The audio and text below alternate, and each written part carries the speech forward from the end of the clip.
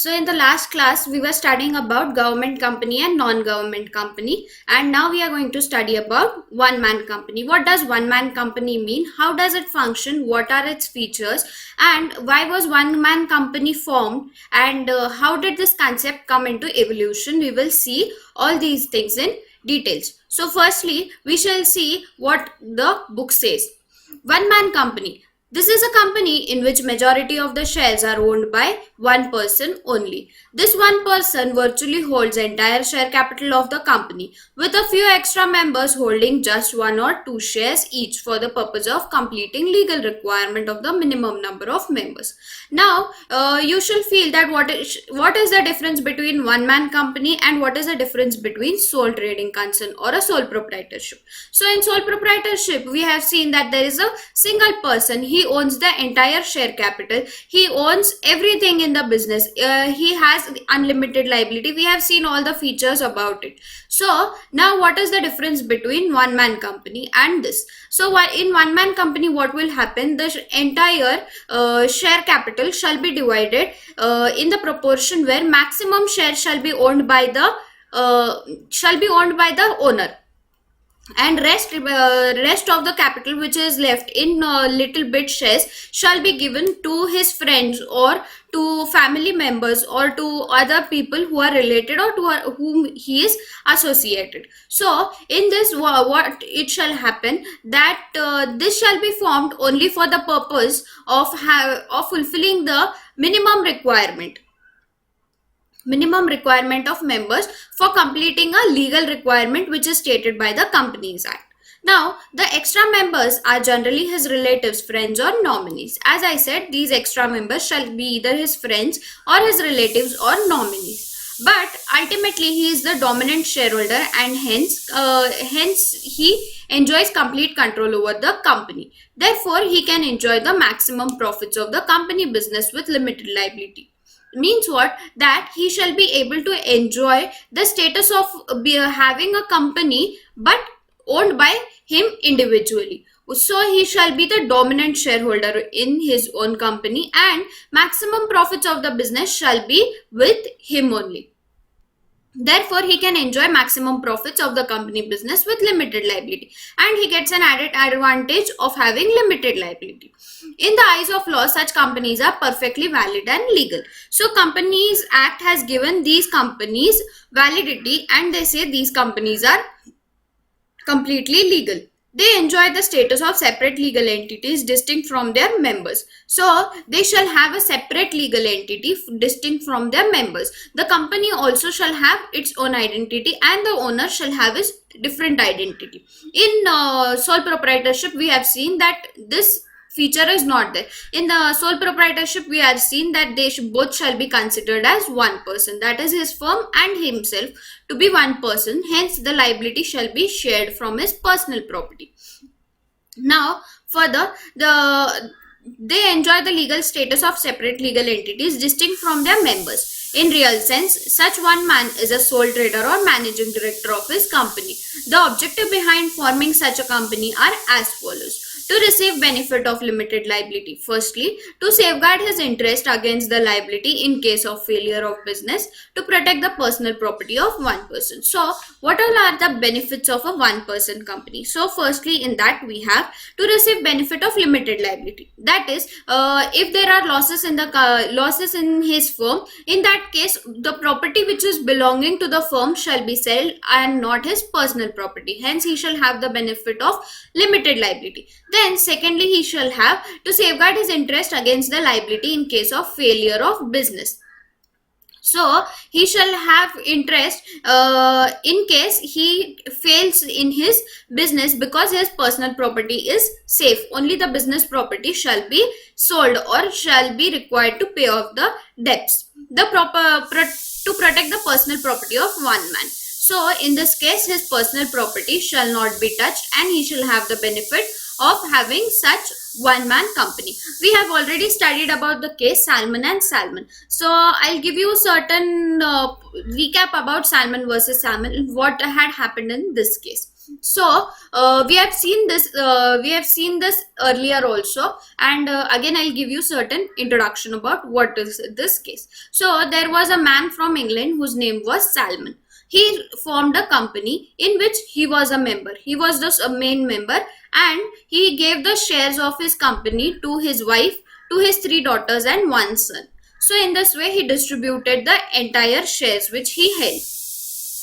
And when he in this case, what happened further was that he had given the shares to different people, and he so in this case, what he had done, he had distributed his shares to different people, and he was making profit. So whatever profits happened, they all came to him. After a certain point, the company went into losses, and he claimed that company does not have assets to be sold and to be purchased new to pay back the creditors. So what he did was, he took away the shares, and then he said that the creditors cannot be paid, and he took whatever was remaining, took it for himself. So in this case, what court did, court lifted its corporate will. Means what, court checked that who was the actual person who has formed the company, who are the people behind company, who are the shareholders, and checked all the details.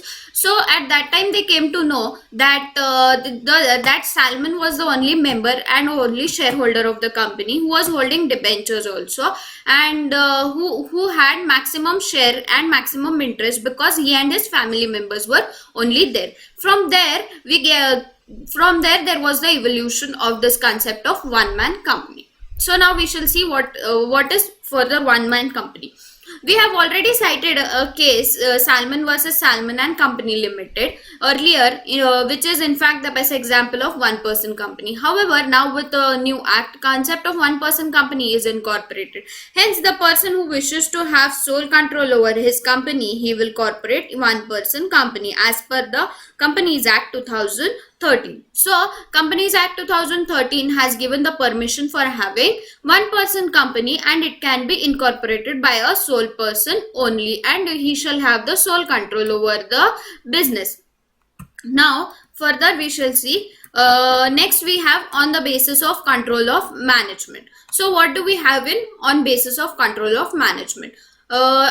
On the basis of control of management upon the companies, they may be classified into holding and subsidiary company. Now, what do you mean by a holding company? What do you mean by a subsidiary company? A company is considered to be holding company of another if, but only if, the other is the subsidiary. In other words, a holding company should have control over the subsidiary company. Now, means what? That company shall be considered as a holding of another only if it has a subsidiary company, and it can be stated. You will understand the concept of holding company only when you understand what is a subsidiary company. Then you will understand what is a holding company. So first let's study about subsidiary company, then again we'll come back to the concept of holding company.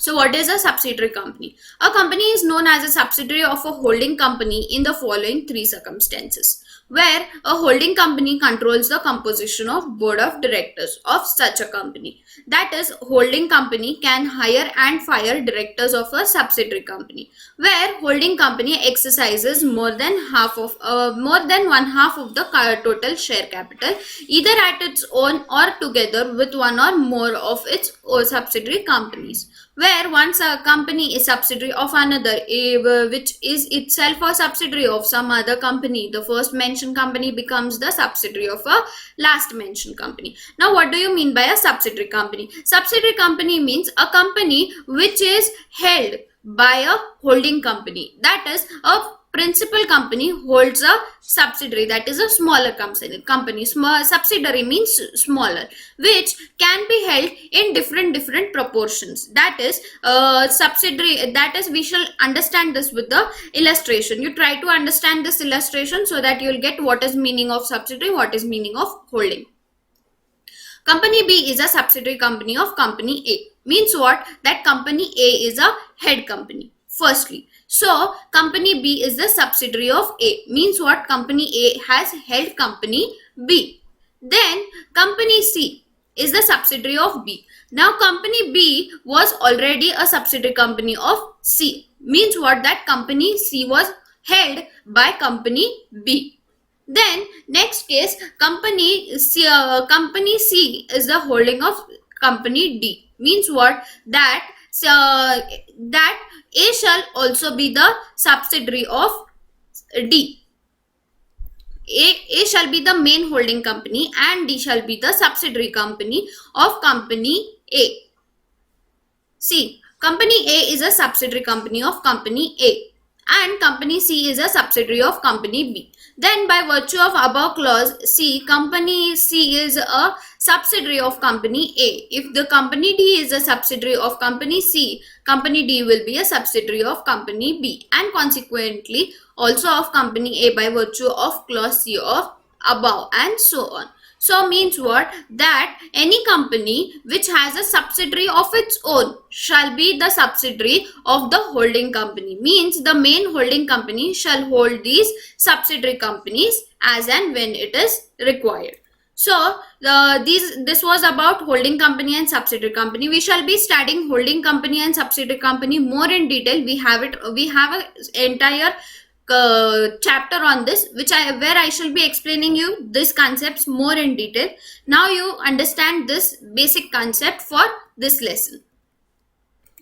Now what is a wholly owned subsidiary? What is a partly owned subsidiary? So firstly we have wholly owned subsidiary. Wholly owned subsidiary, when the entire paid up equity share capital of a subsidiary company is held by the holding company, it may be called as a wholly owned subsidiary. In reality, we find if the entire paid up share capital is held by one company, it becomes the sole member. As we know, to form a company, two persons are required, hence the other members are nominated by the holding company just to fulfill the minimum requirement of membership. So, what does this happen in a wholly owned subsidiary? In a wholly owned subsidiary, the entire equity share capital is held by the holding company of the subsidiary. This is called as wholly owned subsidiary. So, we shall find that the company which is a holding company shall hold the entire share capital of the subsidiary company. So it becomes the sole member. Now, as we know that two persons are required to form a different company, but here we will find that only one person is owning the entire share capital of a second company. That is, it shall be a holding company and the subsidiary company shall hold the entire capital of the subsidiary company. So in reality, we find if the entire share of capital is held by one company, it becomes the sole member. And as we know, to form a company, two persons are required. Hence, the other members are nominated by the holding company just to fulfill the minimum requirement of membership. So the minimum requirement of membership has to be fulfilled. Hence, there shall be some other nominee members. Nominee members means nominal some members which shall be there in the company whose name shall exist just because it is a holding or a subsidiary company. Now, what do you mean by a partly owned subsidiary? In this type, the holding company holds 51% or more, but not the whole of the paid up equity share capital of a subsidiary. Means what? That when a company is a partly owned, that is partly owned subsidiary, in this type of company, the holding company holds 51% or more, but not the whole of the paid up equity share capital. It will hold only 51% or more. We have seen in the wholly owned subsidiary that it shall own entire share capital. Here it shall own 51% or more of equity share capital. In such case, the stake of other members in the subsidiary is called minority interest. So the other holders who hold beyond 51%, whatever 49% is left, they shall be called as minority interest. According to section 19 of the act, a subsidiary company is prohibited from acquiring any shares to its holding company. Now we shall be studying, I hope you have understood the concept of partly owned and wholly owned subsidiary. Now we shall be studying about on the basis of liability of members. Now what do you mean by liability of members? Registered companies can be classified on the basis of liability of members. They are of two types. companies with limited liability, that is, in that we have companies limited by shares or companies limited by guarantee. Companies with unlimited liability, that is unlimited companies. So we have this next concept based on liability of members. Now we shall be studying what shall be the liabilities of members. So in the chart we see classification of companies on the basis of liabilities. First we have limited, in that we have by shares, by guarantee, having share capital, not having share capital. Then we have unlimited members, having unlimited liability, having share capital, not having share capital. So these are the next concepts which we shall be studying, in which we have now we will be studying companies with limited liability. Now what are they? And they are of two types. So they are by shares, by guarantee. So first we shall be studying by shares. So as we know that any public company works when they have share capital, means what, that they have certain part of earning. So company is limited by share. A company having the liability of its members limited by the memorandum of association to the amount, if any, unpaid on the shares respectively held by them is termed as company limited by shares. In this act, the name of such company ends with the word limited, which signifies that the liability of a member is limited to the nominal value of the shares held by him. So means what, we should understand what does this mean, that in a company's memorandum of association is a book of the company in which all the details regarding shares are mentioned by the company itself. So we will understand what does this mean. The liabilities of the members are limited by memorandum of association to the amount. Means what, that the memorandum of association shall state, if a person is holding shares in a company, how much shall be his liability, to what extent shall be his liability. Suppose I hold shares of rupees 5,000 in a company. So in that case, when the company is going into liquidation, or when the company is having certain loss, suppose I have paid out of 5,000, I have paid 3,000, my 2,000 is pending. So in that case, the unpaid amount which is remaining on each share shall be paid to the company. That is, I shall pay rupees 2,000 to the company.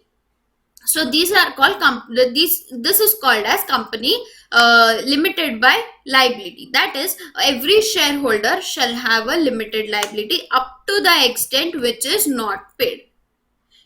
I hope this is clear to everyone. Next, then what does it state, that every company which is having such a liability shall have the word limited, which signifies that liability of a member is limited up to a nominal value of the shares held by him. Means if I was holding 5,000 shares, out of which I have paid already, I have paid to the company 3,000. So in that case, remaining 2,000 only I shall be liable to pay. I shall not be liable to pay any amount further.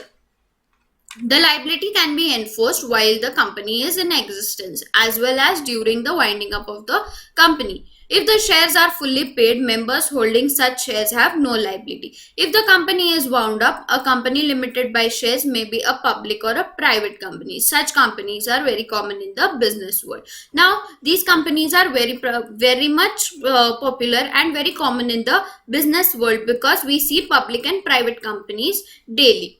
So this was companies limited by liability of shares. Now next we have companies limited by guarantee. Now what do you mean by companies limited by guarantee? A company having the liability of its members limited by memorandum of association to such amount as the members may respectively undertake by the memorandum to contribute to the assets of the company in the event of its being wound up is termed as company limited by guarantee. So what does this mean? That while people are holding shares, the members shall state in the memorandum of association that in case if the company goes into losses, or in case company goes into liquidation, in that case how much each person shall contribute for the assets of the company, and if it is going into liquidation, how much amount is required to be paid, and other details shall be mentioned. In this case, also the liability of members is limited. The articles of such a company should state the number of members with which the company is to be registered. Generally, such companies are not the profit making companies because they are formed for the purpose of promotion of art, science, culture, charity, sports, commerce, or some similar purpose. So, in this case, generally the articles, that is articles of association of such company, states that the number of members are limited and which shall be registered members of the company. So, and it is found that these companies are not generally for profit making, but they are for the purpose of a common purpose, that is to serve in the field of art, commerce, science, charity, sports, or some similar purpose. Such companies may be with or without share capital. So they can be with share capital, that is they shall have share capital, or they shall not have share capital. They may be public companies, they may be private companies. They are called as guarantee companies. Such a company doesn't have power to buy its own shares. These companies don't have the power to buy their own shares. It is observed that such companies are not suitable for the ordinary business purpose. Examples of such companies are clubs, trade association, research associations. A company limited by guarantee and not having share capital generates its initial and working funds not from its members but from the some grants, fees, subscriptions, endowments, etc. So now what is seen that this, since these businesses are not for the purpose, for ordinary purpose, that is they are not having some purpose, or their intention is not to earn profit. So these people generally don't have a fixed amount of share capital. So examples of these companies are clubs, trade association, research association. A company limited by guarantee does not generate a fixed amount of share capital. And in the initial years, there will be people who will be giving grants, or who will be giving subscriptions, or who shall be sponsoring certain companies which are related to these. Now, next we have unlimited companies. Now, what does this mean? So, in this way, it means that companies with unlimited liability. A company not having any limit on the liability of its member is termed as an unlimited liability. Unlimited company means what? That in these companies there shall be no limit on its members. That is, the liability shall not have any limit. It is similar to something that we see in sole proprietorship. In sole proprietorship also we see there is unlimited liability, and in these companies also, just the difference is these are big companies, that is a small association. Now, next, the unlimited company can be either a private or a public company, or a one person private company. However, such companies are very rarely formed. In the memorandum of such a company, there is no declaration about any limit on members' liability. Members of the unlimited companies are liable like the partners of a firm, or for all trade debts of a company without any limit. But in such case, suits cannot be filed against the individual members by the creditors of the company. In case company fails to pay, the creditors will have to resort to winding up, and then the liquidator will call upon the members to contribute to the assets of the company, whereby he would be in a position to meet the debts and expenses of the winding up procedure. So, what is the drawback of these companies? The drawback of these companies are, in case that the company fails to pay the creditors, or in case the company does not pay, in that case, if the company goes into losses, in that case, the members who are associated with the company shall bear all the losses, and shall also pay the liquidation cost, that is winding up cost, which shall be charged to the company. So we see that what does this concept say, that having a company with unlimited liability shall have little less requirement, because people shall not risk with their money, and people shall see to it that if they are risking with their money, they shall see to it that the company does not come into liquidation. Such a company may purchase its own shares or advance money for purchase of its shares. So such money can be in these companies. The money which is invested by members can purchase their own shares or advance money to purchase its own shares. Now, an unlimited company having a share capital can be converted into a limited company by making an application to registrar of companies along with necessary fees and a copy of special resolution passed for that purpose. The register will close the former registration and a new registration will take effect as if it were the first registration. However, such a conversion does not affect debts, liabilities and obligation contracted prior to its conversion. So what does this mean? That if the unlimited company is having share capital which is converted into means this company is converted afterwards into a limited liability company. In that case, a special resolution shall be passed, and what is the purpose of creating, and then a former close of registration, that is the registration which we had for first will formally close and we will start taking new registration. And however, in this case, the liabilities, debts and other obligations shall not be affected because prior whatever customers or whatever liabilities had to be paid, they have to be paid now also. Now we shall study penalty for improper use of words limited or private limited. This we shall be seeing in the next lecture. I shall be telling you in detail about this and we shall be studying this concept further.